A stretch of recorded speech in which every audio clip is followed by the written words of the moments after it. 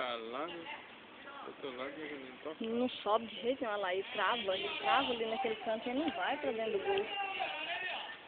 Aí não tem como, né? O meio é muito fixo. Olha lá, Aqui só tem que ficar lá na esquerda. olha lá onde ele tá, sendo que ele pode chegar mais pra área. Eu não entendo não, esse tipo de jogada dele não. Porque ele e o Uriel tinha que estar lá dentro, ó, porque eles são o maior. Olha lá. Ai, eu não entendo essa jogada dele aí não. Não sei o que o professor faz não. Jogada de japonês, não. Ele só pode. O japonês não sabe. É estranho. Ah, mas tem uns jogadores e uns menininhos japoneses que jogam muito mais que o brasileiro. Mas não sabe aproveitar, né?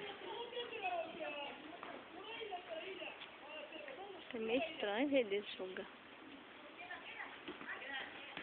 Porque aí aqui se torna um jogadoraço, né? Chega quando vai pro exterior, não vinga.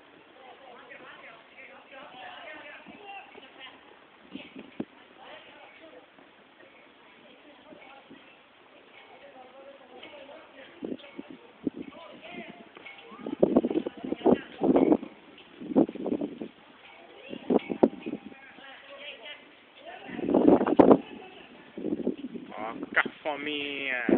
Mas ele ia tocar assim. Demorou, hein?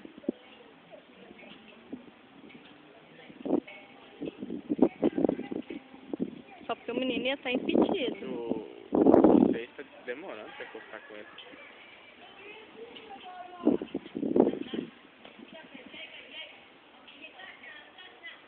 Olha lá, ó, ninguém encosta com ele, como que ele joga?